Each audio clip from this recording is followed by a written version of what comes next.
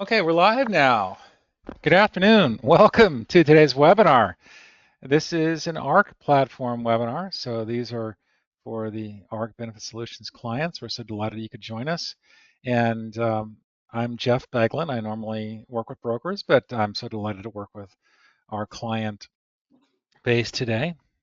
And with us today is our friend and colleague, Denny Heywood, and Social Security planning basics, Miss Perils for July 2024. And I take it, Denny, you can hear me? Yeah, I can hear you, Jeff. Okay, fantastic. And let's just roll into it. And so take it away, Denny. Okay, thank you, Jeff. Hello, everybody. It's good to be here.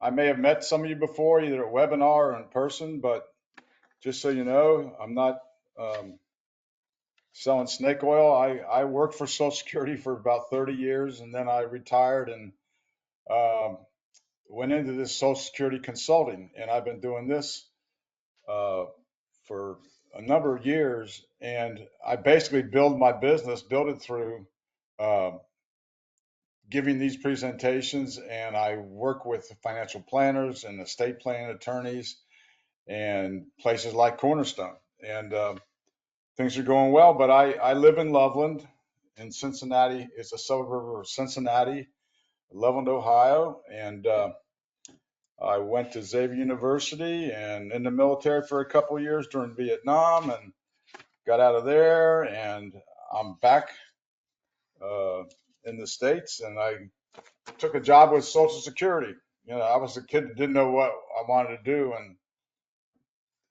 I decided that would be a great place to work, and it was, and I enjoyed it. So here we are today, some long time ago later, and we want to discuss today. First of all, um, when I do what I refer to as a Social Security analysis, I don't tell people you need to take it there, or you don't need to take it, or you should do this or that.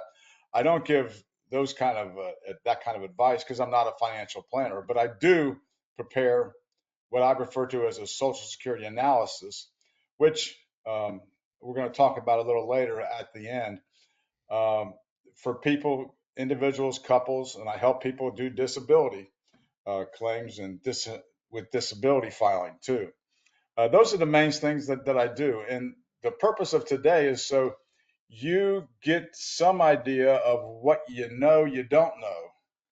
In other words, this is going to be a very complex subject, a very complex, can be very complex and hard to understand. I get it. I've been doing it for a long time. So if after we're done, you've got my email, you've got my phone number, you have questions, you call me up. The first thing that we want to do is let you all know, how does Social Security come up with all this money? Where do they get it from? They get it from you. There's a handout, Update 2024, and if you got it, that's fine. If you don't, that's fine too, because we really don't need that to discuss. But there are some, I know Jeff's got it, and he probably, Jessica sent it out to you, so you can refer to it. And we're going to just cover some of the things that are basics of Social Security. Number one, they tax you. They tax your wages, and they tax your Medicare. Uh, they tax the wages for Medicare and for paying benefits. Two different funds it goes into. And if you look on the update 2024, it tells you in this year, the basic maximum taxable amount with Social Security is $168,600. Now they're taxing your wages and self-employment income.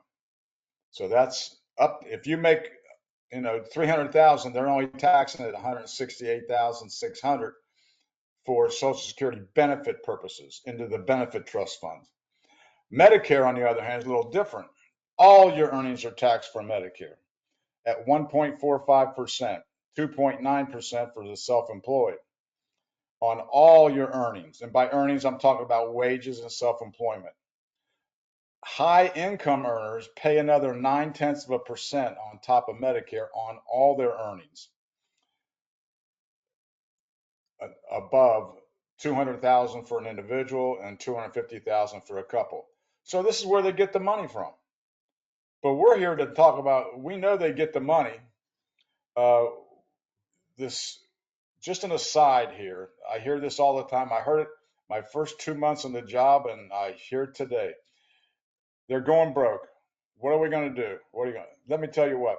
My boss told me something prophetic back then, and he told me as long, because people were coming to my desk saying, "Hey, this thing's going to broke. It won't be there for me or my children." Well, here we are many years later, and it's still here because my boss told me as long as Congress has the power to tax, Social Security will be here. And that's not going to be taken away from the power to tax from the Congress. So it'll be here. They're going to make some changes, though, and it probably won't affect current beneficiaries. The 2015 amendments did kind of affect people who were getting near retirement. But usually they'll do things like raise that tax base from 168,600 could go to 250, 300. I wouldn't be surprised if it goes to 500, 600,000 in the years to come. They'll do things also like say to my son or your grandson or my grandson, if you were born after 2000, the year 2000, then you can't start taking your benefits until you're 65 instead of 62. And they might knock out that 8% delayed retirement credits if you wait till 70. So they're going to do things to save the system. This subject's always come up, and it's a fear tactic, and the media gets a hold of it and makes it worse, but it'll be here. Let's talk about the present right now. Two concepts we're going to go with. Full retirement age. We're going to talk about full retirement age, and we're going to talk about earnings limits. First, full retirement age. Your full retirement age is a point at which Social Security will pay you your retirement benefit no matter how much you're making from a job or self-employment. Social Security wants to know that you're retired. And the way they define that is how much are you making from a job or self-employment? And if you're making over certain amounts, they're not going to pay you. Or they could pay you a little bit, and we'll talk about that. But this is how you figure your full retirement age. If you were born from 43 to 54, your full retirement age is the month you turn 66. If you're born between 55, 56, 57, 58, in those months, if it's 55, it's 66 plus 2 months. So if you were born in January of 55, your full retirement month is January of 55? No, it's March. You were 66 in January plus 2 months. March is your full retirement month. If you were born in 1956, it's 66 plus 4 months. And this full retirement month figures into the next subjects we're going to talk about, earnings limits. When I say the word earnings, I'm only talking about wages or self-employment. At this time, with this Congress, they don't care about what assets you have. They don't worry about how much stock you have or what your pensions are usually, but they do want to know how much you're making. In this year, 2024, you would be, if you are under your full retirement age, you would be allowed to earn $22,320 with no loss in benefits. So if you retired and took a job, part-time job, making $20,000 a year just to stay busy, you could draw your Social Security. However, many people are working full-time when they turn 62 and are going to continue to work full-time, making 150, 200,000, 70,000, whatever it is per year. So that applying this formula, if you made 25,320, you'd be 3,000 over the limit. And they withhold $1 in benefits for every $2 you're over that limit. So you were $3,000 over the limit. if you filed and took your benefit and told them I'm making 25,320, they'd pay you after they withheld their $1,500 because you're 3,000 over the limit. They're going to withhold a half of that, 1 for 2, and so you wouldn't get your January check if it's $2,000. They withhold the whole check, but your February check you'd get, and on through the year. So these earnings limits eliminate a lot of people from filing for their Social Security benefit early because of their work. Now, this is very important. And we talk about your full retirement age, your full retirement year, your full retirement month. You may see the term on here, FRA, FRM. That refers to full retirement month, full retirement age. So this year, if your full retirement age is June of 2024, okay? If that's your full retirement month, you're allowed to make $59,520 with no loss in benefits. Okay, that's this year. These limits change year to year. If you look on the update, last year the limits were 21,240, the lower limit, and 56,520 for the upper limit. So if you were born and your full retirement, yeah, I know you're born. If your full retirement month was June of 24, then they're only counting your earnings January through May. And if you're making $100,000 in all of 24 for Social Security payment purposes, you're only making about 41,000 because they take that 100,000 you're making for the year and you're making it steadily throughout the year. You would only be making about 8,300 times 5 months, about 41,000. So you'd be under the limit and you could take your benefits starting in January, even though your full retirement month is June of 2024. After your full retirement month, they don't care what you make. That's why this formula I just explained to you works if you're making 100 grand a year. Now you're making 300 grand a year. Now we got to do some more math because you may be over the limit January through May, but they're only counting what you're making in the months prior to your full retirement month. Once you reach your full retirement month, you can make as much as you want. So if you get paid bonuses, you're making 100,000 a year and you get a $40,000 bonus in December, it doesn't hurt you because it was after your full retirement month that it was received. There's also a special rule for earnings limits. In the first year you retire, I just had a question come up from a financial planner in Michigan. His client went into an office and told them she's making 150,000 this year and she's going to stop working June 30th. And they sent her away telling her that you have to wait till January to file because you're going to be way over that $22,000 limit. I will say this again later. Social Security has got some big issues with untrained people because that woman was sent away given misinformation. And there's a way to combat that and get her money. But he called me and he knew that wasn't right. And I said, tell her to go back in and ask for the supervisor. They give you this break. If you're making 150,000, by June 30th, she'd made 75,000. She's way over that 22 limit. But if you stop working June 30th and don't go over the monthly limit, which is about 1,700 a month, July and on, you can take your benefit in July. She was about 64 years old. So they give you that break the first year you file. You could have made $5 million in wages prior to June 30th, and they'll pay you starting July 1st in that first year you retire and continuing paying you for the rest of the year.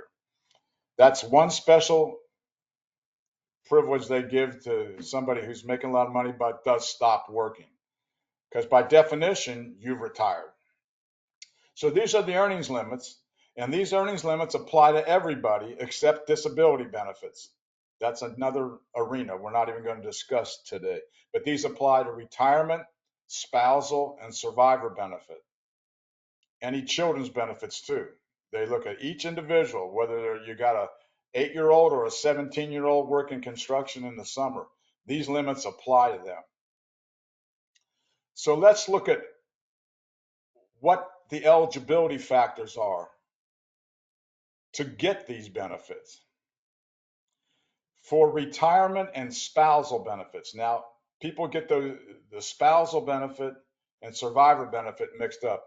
A spousal benefit means the husband is still alive or the wife is still alive, either one. Because a wife can receive on the husband's, a husband could receive on the wife's. It just depends on what their benefit amounts are. Usually, it's, let's say we had a stay-at-home mom. She can get something on her husband's account when he files. But number one, you must be 62 to get retirement or spousal benefits. For retirement benefits, you must be fully insured, and that is 40 quarters of coverage. Okay? Now you pay into a system over a period of years. Most people have 40 quarters of coverage. The spousal benefit you'd be eligible for, you must be legally married for at least 1 year. A divorced spouse must have been legally married for 10 years to the wage earner. And there's such a thing as an independently entitled divorced spouse. Don't get the two mixed up. Independently entitled divorced spouse means the husband hasn't filed yet, and she can still file on his record, even though he hasn't filed, to get spousal benefits. And I'm going to go through the math on a spousal benefit in just a minute. So these people can receive on someone's record. Earnings limits apply, and the way they receive is to file an application. You want to file anytime you can, you want to file an online application. You don't want to have to make an appointment. I'll talk more about that later. So these are the eligibility factors, retirement, to get a retirement or a spousal benefit. Retirement spousal benefit options, okay? At age 62, you're going to take a 30% reduction, but you can take your benefit then. And for some people, that fits. For a lot of people, that fits, especially in today's economy with downsizing, et cetera, et cetera. You can take the spousal benefit the same way, age 62.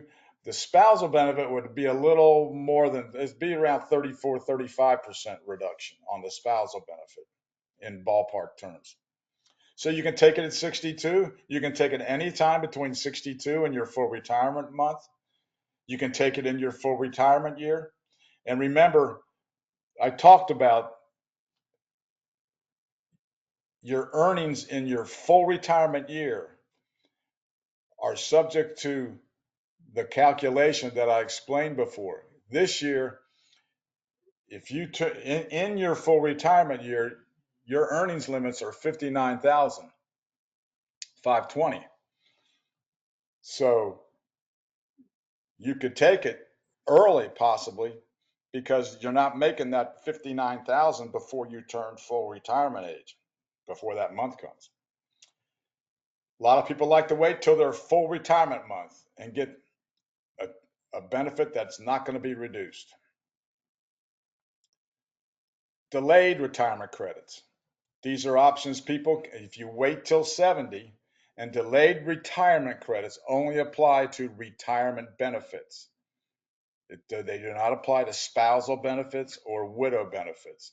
Only the number holder, the wage earner, who's delaying till 70 gets the 8% increase, not the spouse. So you can wait until age 70 for an 8% increase in your benefit. And for most people who've made maximum, that can mean anywhere from $850 to $1,000 more dollars a month when you turn 70. But you're leaving a lot of money on the table, which is why I do Social Security analysis to show that break-even age. The one key you must understand is that the spousal benefit can only be paid if the other spouse is receiving their retirement benefit. So they've got to file, and then the spousal benefit can be paid. These are requirements for filing options in general for most people. Now we want to talk about who can receive on your account. Who are the people that can receive if you file for retirement benefits or even a disability? First of all, your spouse or divorced spouse, if they're married for 10 years and is age 62, can file on your record.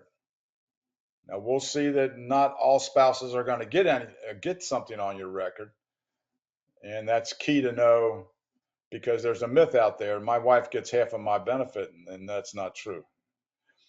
A spouse or divorced spouse any age with a child under age 16. So the child under 16, let's say there's a 12 or 13-year-old child that the wife is taking care of, and it may be living with the husband and wife, or it may be a divorced spouse. That child kicks in the eligibility for the spouse. So the wage earner, the husband, the spouse, the wife, and the child can all receive on that record up to a certain amount. Also entitled are unmarried children through the age of 18 and 19. Now, I want to draw your attention that spouse's benefit, if the 16-year-old, when that 16-year-old turns 18, that's 18, that benefit may continue to get paid to that child until they graduate.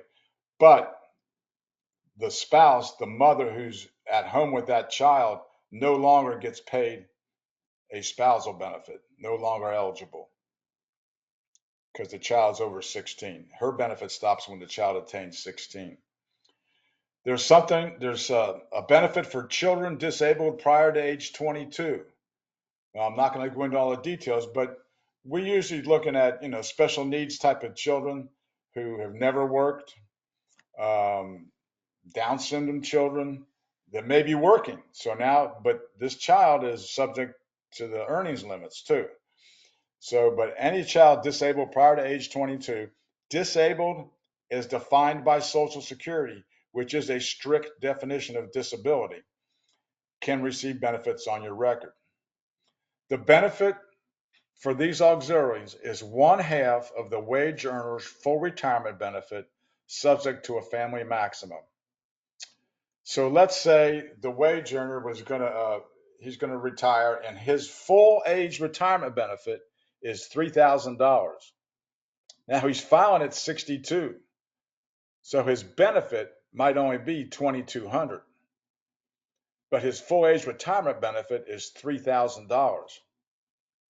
The family maximum on that type of an account is probably $4,500 that could be maximum paid out of that account.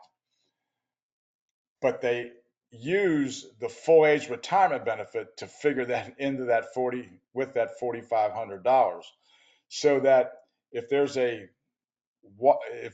child there who's like 17 years old, that child can get half of the $3,000. That child can get $1,500. If there's 2 children, they're going to split the $1,500, and so on. If there's 3 children, they're going to split the $1,500 because they won't pay more than the family maximum. And the family maximum is figured by using the full age retirement benefit, not what the wage earner is receiving. All these people, the last bullet, all these individuals are subject to the earnings limits.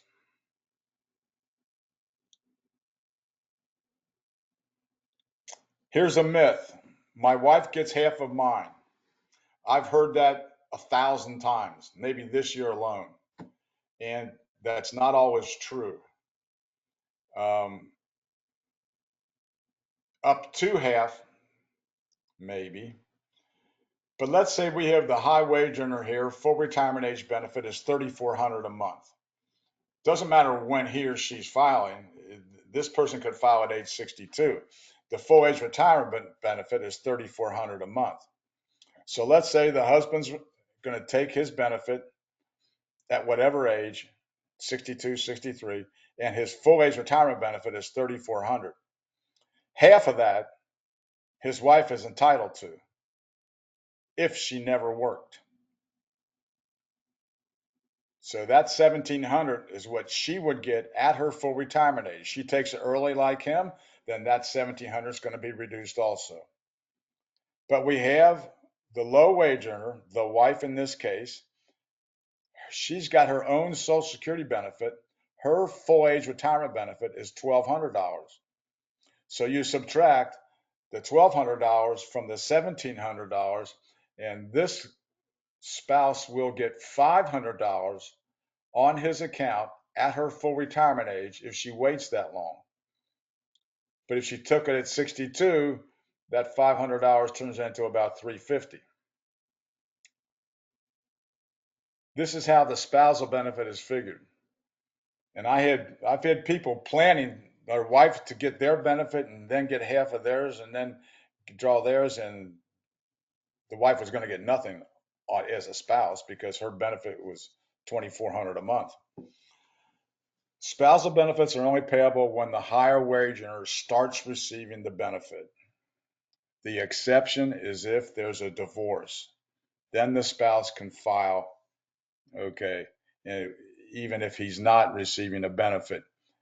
The divorced spouse who was married to him for 10 years can file and draw benefit, spousal benefit, divorce spousal benefit on his record. This is a myth. There's a couple more we'll get into. We're going to discuss the 2015 amendments, a couple of them.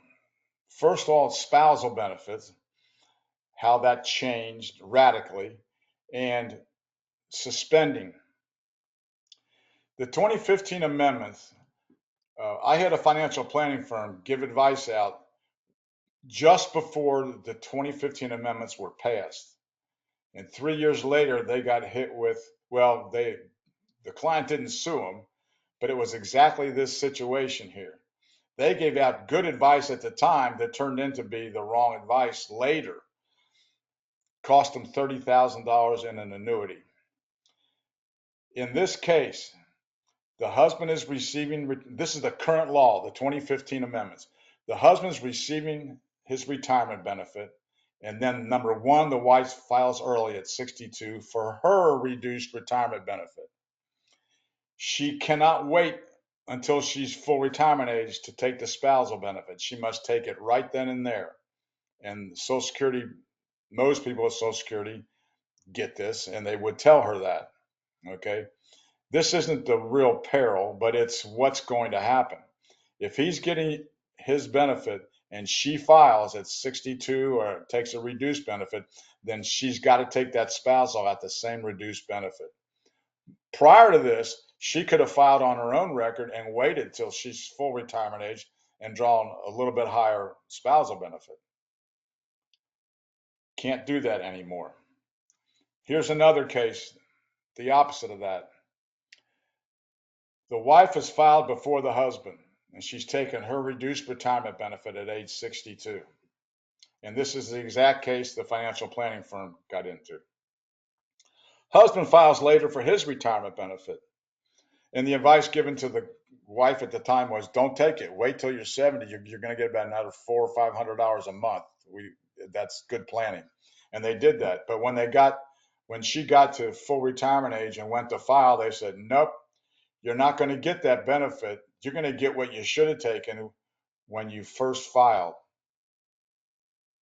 for the spouse. When you were getting what you should have gotten when you filed at 62.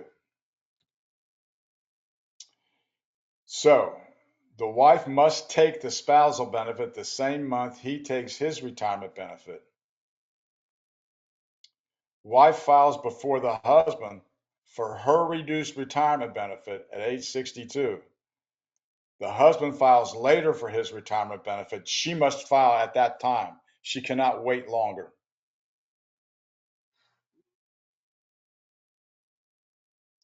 Voluntary suspensions. This is a great strategy, and financial planners loved it, and it really works well. Worked well, not anymore. As of April 2016, the 2015 amendments states if you can suspend your benefit and not take it once you reach full retirement age. And your benefit, when you suspend it, it will get 8% a year added onto it to that particular benefit you're receiving until you're 70.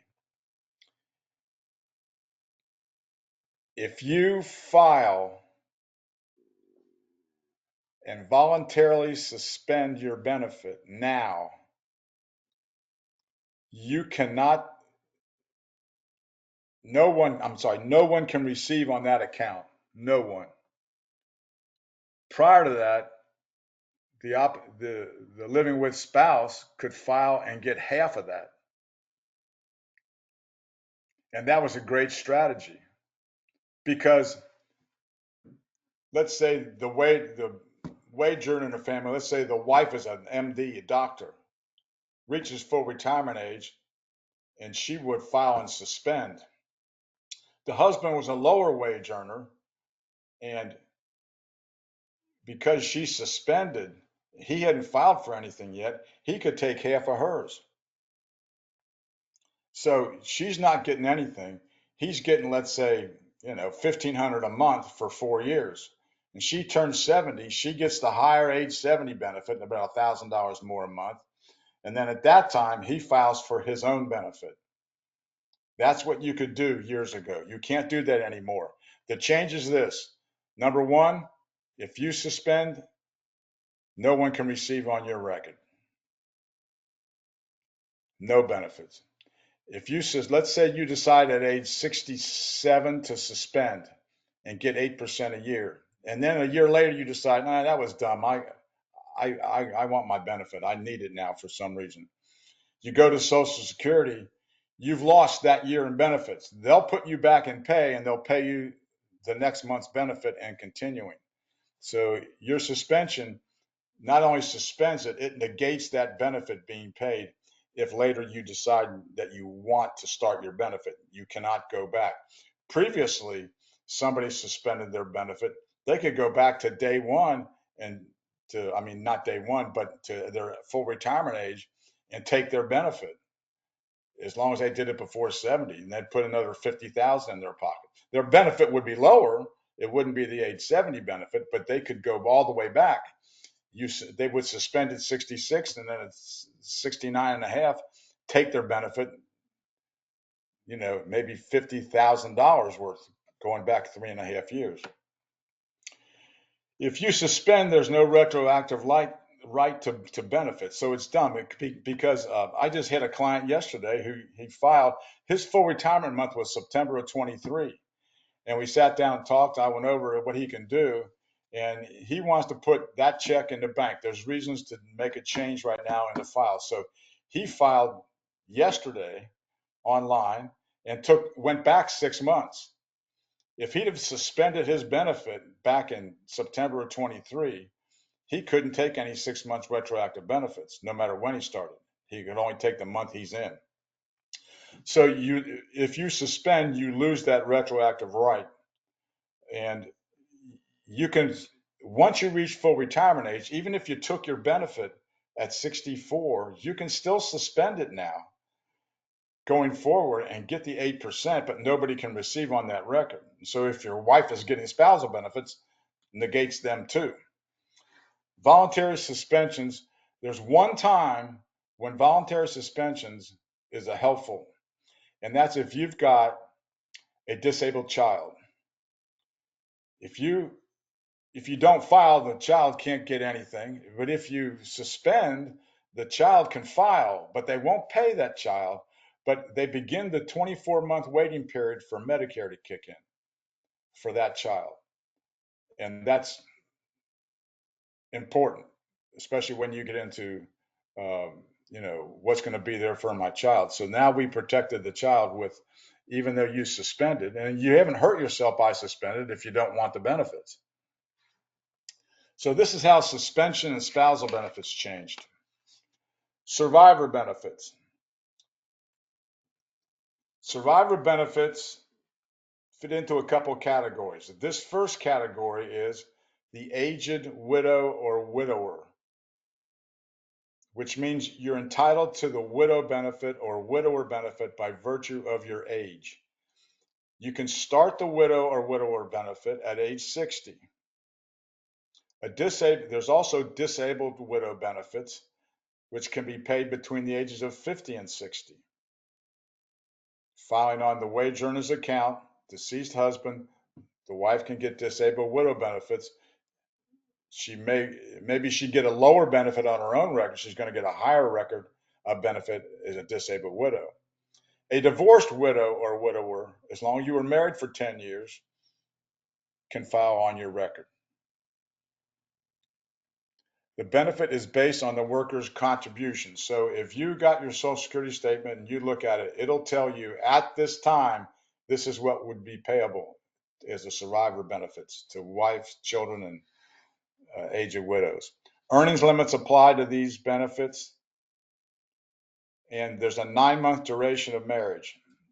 So they would have had to have been married for 9 months unless the individual, and I had this happen not long ago, unfortunately, dies from an accidental death. A great guy I knew, he was actually a financial planner, but he got married and 6 months later he died of a heart. Something happened to the heart while he was scuba diving. And his wife, he worked with a financial planner who called me up and said, "Hey, so and so just died." I said, "Oh my God." He said, "Can he get a widow benefit?" I says, "How long were they married?" And they were married for 6 months. I said, "Not usually, but how'd he die?" And he had died from an accident, and she got widow benefits. This is the aged widow benefit category. Here's the survivor benefit on benefits for young widows or widowers. Mothers and fathers of any age caring for a child 16 or younger are eligible for a benefit along with the children. There's a 9-month duration of marriage requirement, except if by accidental death. The children's benefits are paid through age 18 or 19 if they're still in accredited high school, or if disabled prior to age 22. So that disabled children can receive forever. The benefit is 75% of the worker's full retirement age benefit, subject to the family maximum. Okay, I had the unfortunate experience of getting a call, and about 3 years ago, one of my financial planners had a client who didn't wake up Christmas Eve morning. He was 38 years old. He had a wife who was 34, and he had a child 10, 8, 6, and 4. It happens, and they were all entitled. And the mother and the 4 children, there were 5 people on the account. The family maximum was about $5,000, so they got $5,000 a month because the 75% of his full age retirement benefit was more than the five for each of them was more than the 5,000. So they got 5,000 a month.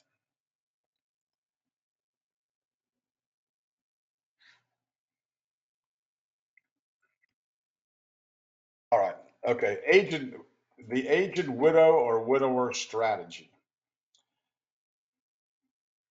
A lot of financial planners know this, but we just sometimes people make mistakes and sometimes they don't file. But the idea is to start one benefit at a lower rate when you can get it and switch to a higher benefit later, like at full retirement age or 70. For instance, a widow could start her benefit at 62 and maybe it's going to be 1,200 a month, and then switch to the widow benefit at her full retirement age for 2,400 a month. The same options apply to a divorced widow or widower here. This is often overlooked by the survivor, often. And it's I've got an interesting story to tell. It's a little bit in a few minutes. The widower myth. This is a myth, okay? And it was, I don't know if it was an attorney or a financial, I don't know who told this woman that, well, she got referred to me, and about a year earlier, her husband had died. And I said, did you, I mean, obviously, I saw the records, and she was due a lot of money on his account uh, on top of her retirement benefit. I said, why didn't you file? He said, well, I was told that it was supposed to, it would happen automatically, and it doesn't happen automatically. It's not true. Uh, Automatic conversions only happen, which I'm talking about converting from a spousal benefit to the widow benefit. Automatic conversions only happen when the wife is receiving spousal benefits and the husband passes after her full retirement age. Then the Social Security system automatically converts her and pays her. The pro- Most cases, the widow must file an application if she's not receiving spousal benefits when the husband dies. And that was this case here. She wasn't subject, she was getting her own benefit, and she was doing a lot more now that he was deceased. Okay. Uh, my advice here is refer these situations to Social Security and let them provide the information, and then check out what Social Security is telling them. They said miss. All right. They said, who are they? Co-workers, relatives, friends, even some human resources people, attorneys, financial advisors. They said, I don't get not too many attorneys and financial people, but I've got one great case that you can't assume what they are telling you applies to you. The classic statement was, and I got referred, this woman referred to me, she's 69 and a half, and she got referred to me by a well-known company in Cincinnati, and they were going to take care of the fees.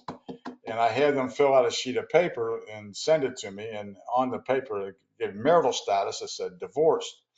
So I called her up, and we were talking and scheduling, telling her what I needed from her, and I said, um, when were you divorced? And she goes, oh, I was divorced 20 years ago. I said, okay.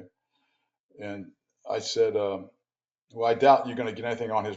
She said, oh, he died 5 years ago. And I went, oh my God.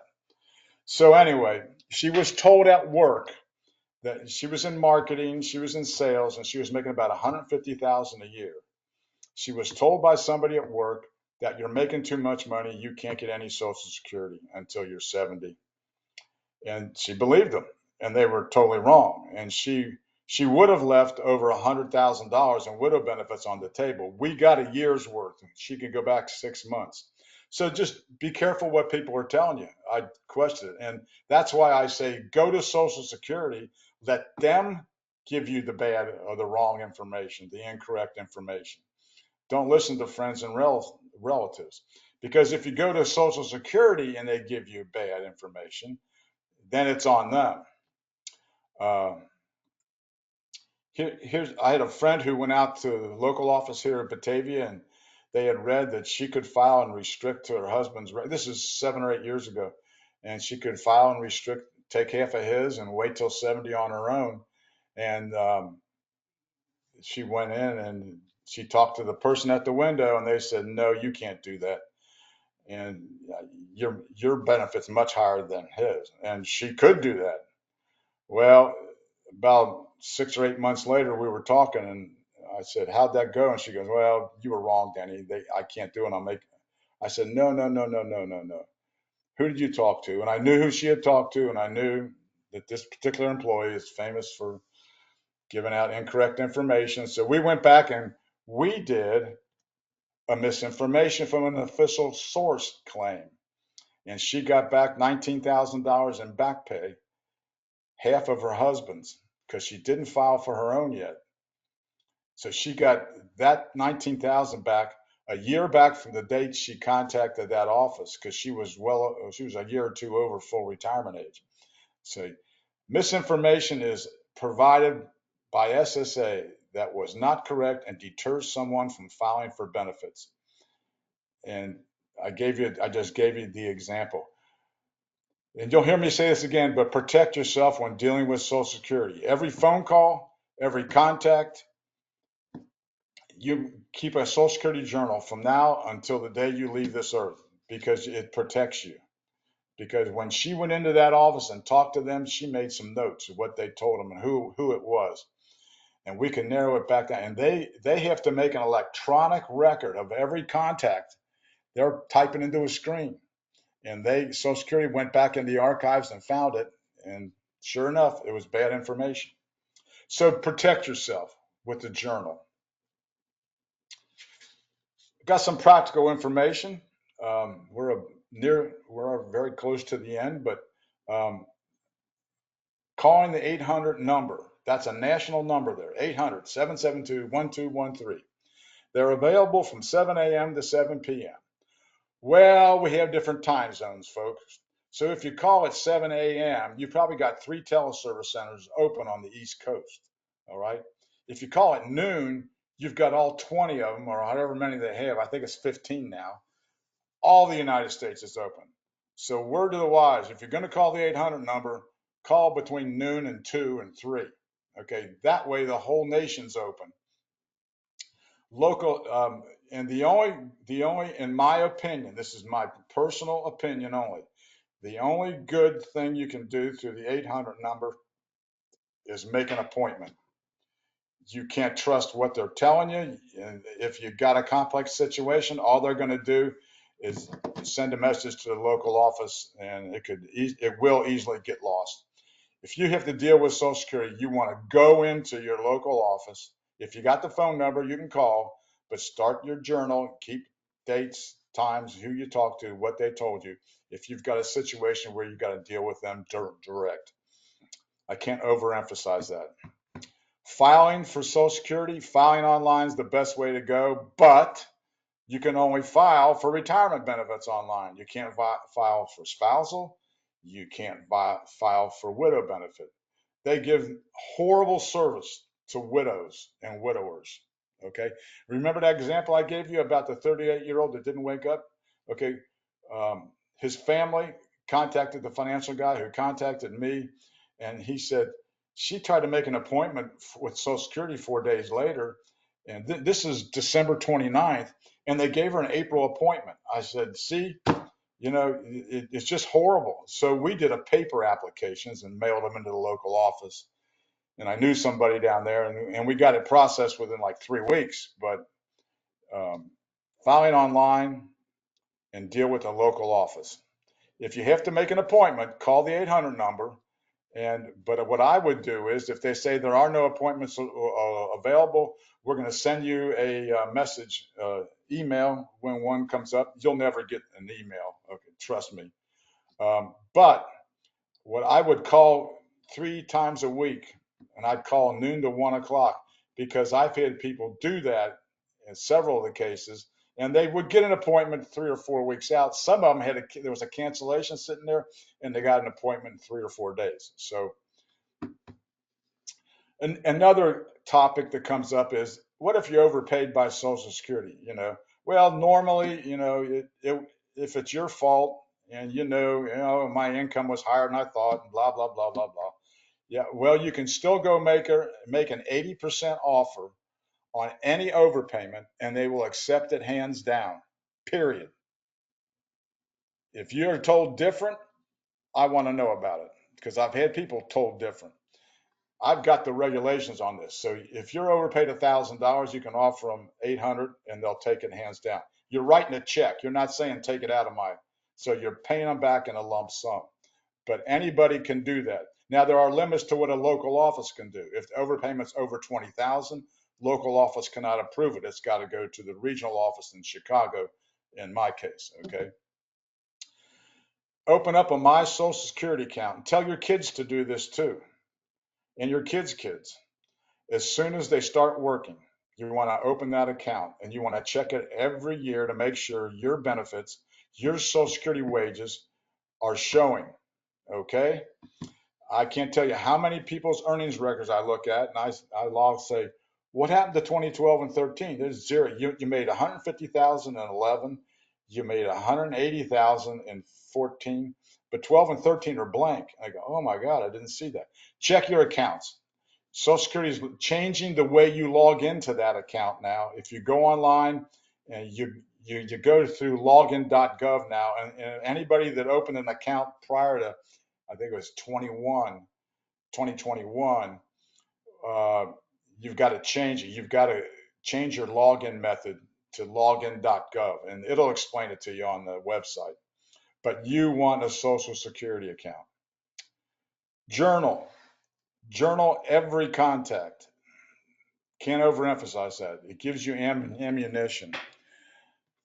I got a business and I do Social Security analysis, and you've got a handout there that explains what a Social Security analysis is. I used to call it retirement analysis, but the fees are like this: $325 for individuals, $595 for couples. I assist filing online claim. Most people got the savvy and can go on and do their own, but some people don't want to mess with it. I charge $250. Disability claims, $850. Other issues, about $300 an hour. I give an estimate, but I don't get into many other issues. Maybe a misinformation case once in a while. I'm plenty busy with retirement analysis and disability cases. Um, I don't know, Jeff, are there any questions come up?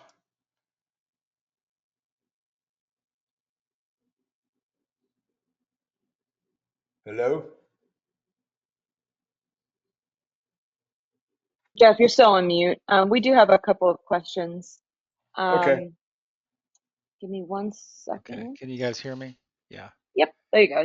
Do you want to read Okay. off the questions, Jeff? Yeah. Yeah. Joe asks, what is the 800 number? Can you repeat that? It was just on 800-772-1213, right there on the screen. Okay. Fantastic. And Karen asks, if you are on FRA, full retirement age, can you also collect on your divorced spouse? Is it either or? It's the higher one of the two. Okay. If you're a divorced spouse, you're talking spousal benefits now. I You believe can so. collect on there, but the first thing they're going to do is they're going to look at how much you can get on your own record. So, if you're full retirement age and you've got a full retirement age benefit of around 2,000 a month at least, there's nothing payable on anybody else's account But clearly you can't because collect on both, right? you're not going to collect on. You can if your benefit's low enough, you can collect on yours and then maybe the difference as a spouse. Hmm. But Okay. so I don't want to say you can't collect on both because some people do collect on both, but Hmm. you would have to have a much lower benefit, say 800-900 a month, 1,000 a month, and then half of his might be 1,700. So if you're Okay. getting a thousand on if your full retirement age benefit is 1,000 and your spousal's 1,700, then you're going to get 700 as a divorced spouse plus your 1,000. Okay. That's why we And do the math. I'm and I sorry, want to Jeff. emphasize. Oh, I want to emphasize to everybody: if you have a question, please put that in the question box. This is a great opportunity for everybody, including folks who just want to get some context. So, um, follow-up question having to do with the full retirement age. What about folks born in 1960? Um, right, right there Okay, on the screen. 1960. If you're born in 1960 or later, your full retirement age is 67. Okay, and just personally, born in 65. What is the prospect of them changing that again? Is there any sort of thought about, it seems to be creeping up all the time. Are they going to be doing that in your view, Oh, or? I don't know. I mean, I don't have connections there, and it's whatever they do will be done at 11:59 p.m. the day before it's supposed to be done. In other words, it's going to be a last minute thing. I don't think they'd mess with the full retirement ages thing. They're going to mess with Mm-hmm. um, when you can file at what age, and they're going to mess with Mm-hmm. the tax base. Mm-hmm. They tried playing. Democrats, Republicans got into a real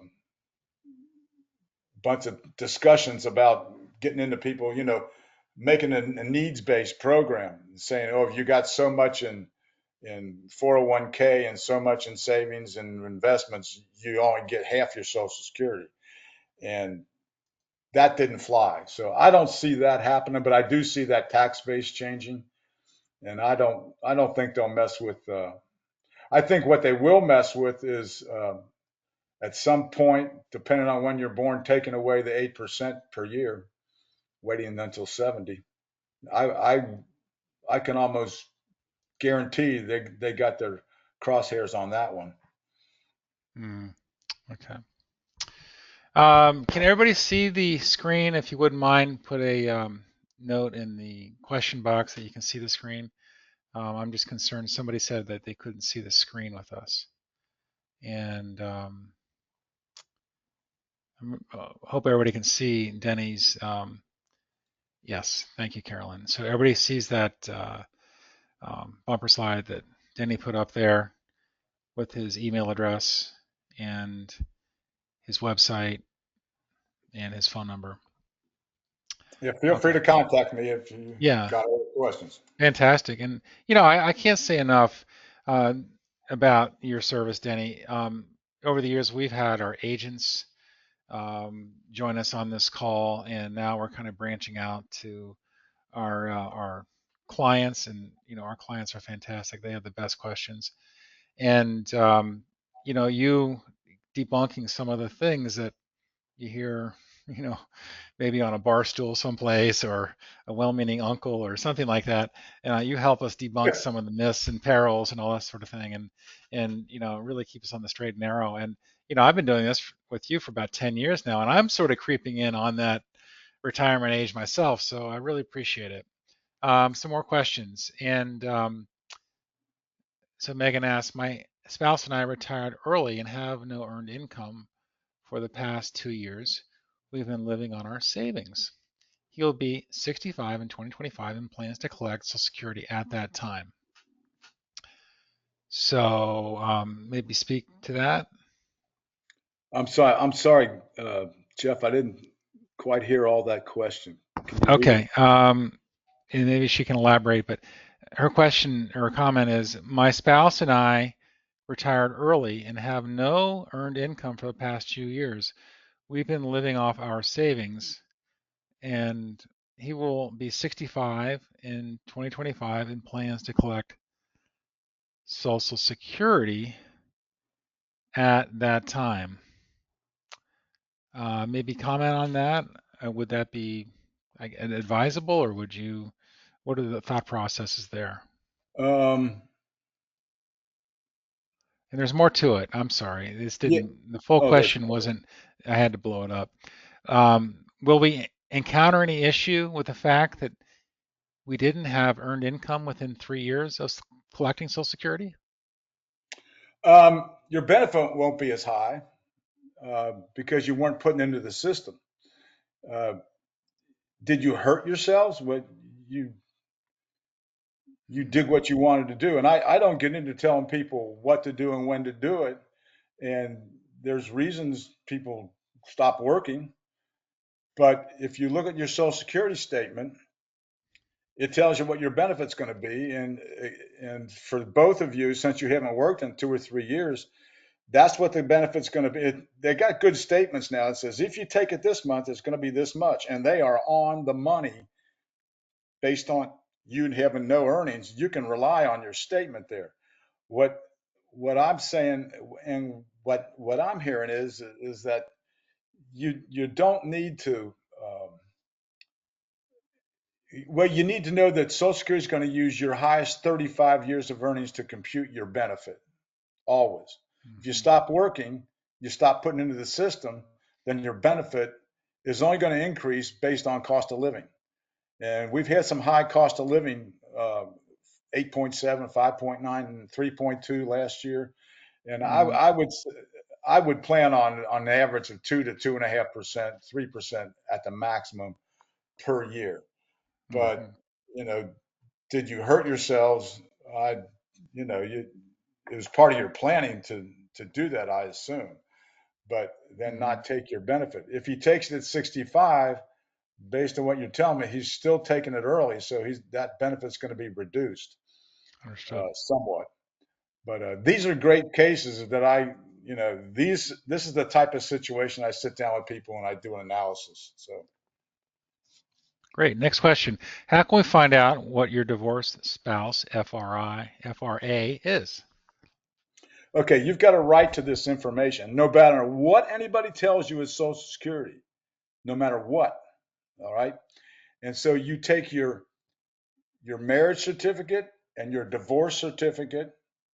And I would recommend, this is the only way to do it now, is go into Social Security with your ID, with your marriage certificate to this person and your divorce certificate, and you've got his Social Security number, and say, I want an estimate of what I can get on his record.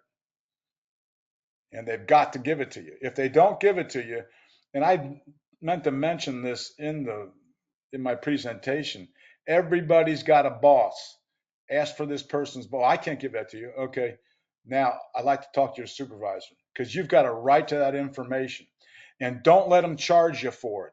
I've had people charge $50 for exactly what you were asking for. All right. $50 they charge this woman up in the Dayton, Ohio office. They charged her $50 to get an estimate. You want to use this term, write this down. When you go in and you have your documents with you, and they start him hauling around, we can't do that. Say, this is a program related issue. You need to look it up. I have a right to this information. I know I'm getting excited about this because this happens all the time. It really ticks me off. People playing God in Social Security offices, shooting from the hip. Hey, just something else they don't have to do. You've got a right to this information. That's how you get it. Don't mail your documents anywhere. You want to take them in. Don't go on a Monday or a day after a holiday because they'll be busier those days than usual. And get there at 9 o'clock and ask for the estimate. Okay, Danny, next question. Carolyn asks, I turn 70 in September, but need to delay collecting. Can I file in January of 2025 and collect retroactive pay? And would that retroactive payment received in 2025 be taxable in 2025? Yes to everything. No, if you're going to be 70 I see what you're trying to do, and it makes sense. If you're going to be 70 in, did you say September, was it? Yes. Okay, you're going to be 70 in September. You've got 6 months retroactivity, so you can file in January, take the money back to September, and you're going to be paid in 2025. Okay, that's when, and you can ask your accountant this. I'm no accountant, but I think it's when received, not when it was the month it was paid for. So you're going to get that money in 25, and I'm pretty sure it'll be taxable in 25's. But I am not an accountant. You need to check with your accountant on that. Right. Fantastic. I think that's it. We've run over a little bit. I really appreciate everybody for joining us today. Denny, outstanding as always. And by all means, folks, jot down that information, give him a call. And Denny, do you have any final thoughts? No, I just want to thank you and Jessica. You guys are great. Cornerstone's great. I've been working with Cornerstone since, oh my God, I think it was '06. Yeah, So yeah. pushing 20 years. So it's been great, and I enjoy doing these. And anybody, anytime's got a question, call me. Here's my number on the screen, but if you don't have it, it's 513-235-8036. And go to my website and check it out, ss-help.com. There's a lot of Fantastic. good information there. Okay. Hey, everybody. Have a great All right. day. Thank you. You too.